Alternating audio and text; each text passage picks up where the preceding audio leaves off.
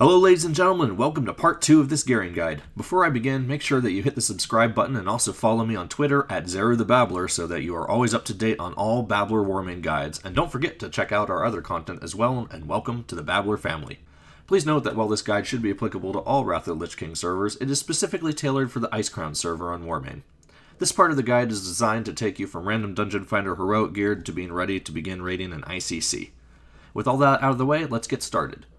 Once you get geared for heroics, the first thing you should always be working on is farming Emblems of Triumph. This of course seems like a no-brainer, but allow me to be a little more specific. As soon as you hit the proper item level to queue for heroics, you should do so immediately. Just remember that if you are the tank and you are not def capped, you should queue as DPS and roll need on tank gear. If you do this, don't forget to declare that you are rolling for tank gear lest you piss off your tank. Once you farm sufficient triumphs, you should replace your relic slot, if applicable, or get a trinket. Note that there are also some nice 245 rings if you don't already have rings that are better. The relics are only 25 emblems, the rings 35, and the trinkets are 50. The reason for this is to help give you a gear score boost that, while not taking away from your tier 9 slots, still enables you to pick up a nice 245 item level piece that gets you closer to being ready to raid. After you get your relic and or trinket, you should focus on farming for your tier 9 set. These can be purchased at various armor vendors around Dalaran marked here. You should continue to gather these items until you have a full 4-set bonus, as to which 5th piece you leave out, use your head and make sure it isn't a piece that you can more easily get a replacement for, such as the craftable legs, for example. These set bonuses greatly increase the power of your character, and it shows that you are not a noob to pugging raid leaders who know what they are doing. Depending on the time you have to dedicate to the game, simply spamming dungeons may not be enough of a direction for you. If time is of the essence, I recommend at least doing your random Dungeon Finder heroic of the day for your 2 bonus frosties, and running through Forge of Souls, Pit of Sauron heroic as well. You should always do your random Dungeon Finder heroic first in case your queue pops Forge of Souls or Pit of Sauron, as this will save you a 3rd dungeon run in Thuz time.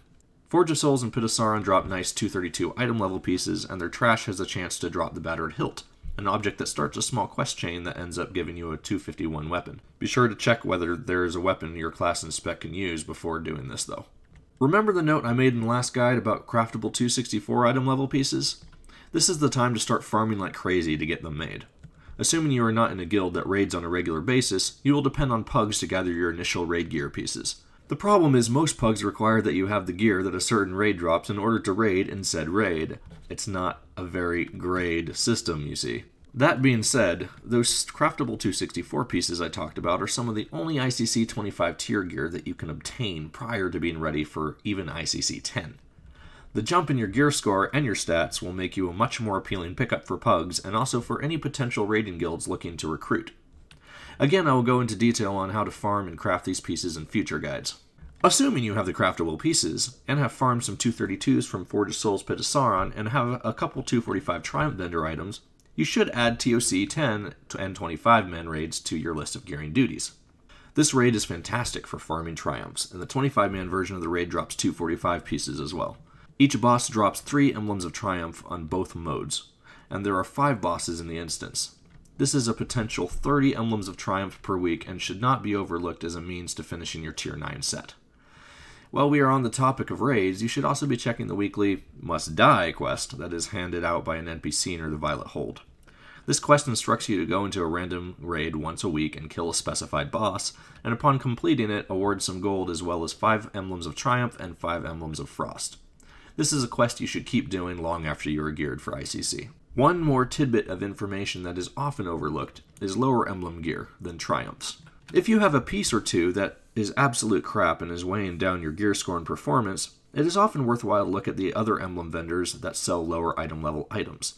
You can transfer Emblems of Triumph at a ratio of 1:1 and purchase 226 or 213 item level gear pieces. This may seem like a waste of Triumphs, but if you are having trouble finding an elusive piece of gear and have been holding onto that green for far too long, this is an excellent place to search for some fill-in-the-crack items. One final thing to note before you go to your beginning and your end is that you are going to need gems and enchants. Once again, this point is a no-brainer, but a surprisingly large number of people do this either improperly or not at all. Because this is a general guide, I cannot give you guys specifics into which gems and enchants you need for which class and spec, but I can give you some additional help nonetheless. I can say from experience that it is difficult to gem and enchant gear that you feel you will replace in a short while, but here's the rule of thumb I use and that you should use as well. For items that are between 200 and 239, you should use second tier gems and enchants, the gems that give you plus 16 to most stats. For all gear that is 245 plus item level, you must use the elite gems and top tier enchants. Do not attempt to enter a raid until you have had your pieces properly cared for in this way. Also, when researching what gems you need for your character, keep in mind that there are typically stats that, early on, you will need more than others. And as you get geared, those stat priorities for gemming change. For example, a tank may gem for stamina, but an early tank will need to gem for def rating so as to avoid getting critted by bosses in raids.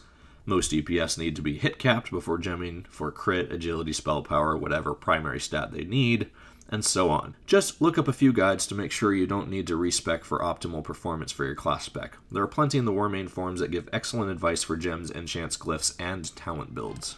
This concludes part 2 of this gearing guide. Remember to subscribe and follow me on Twitter to be notified whenever future guides and content comes out. So thank you everyone for watching. My name is Zeru, and this is The Babblers.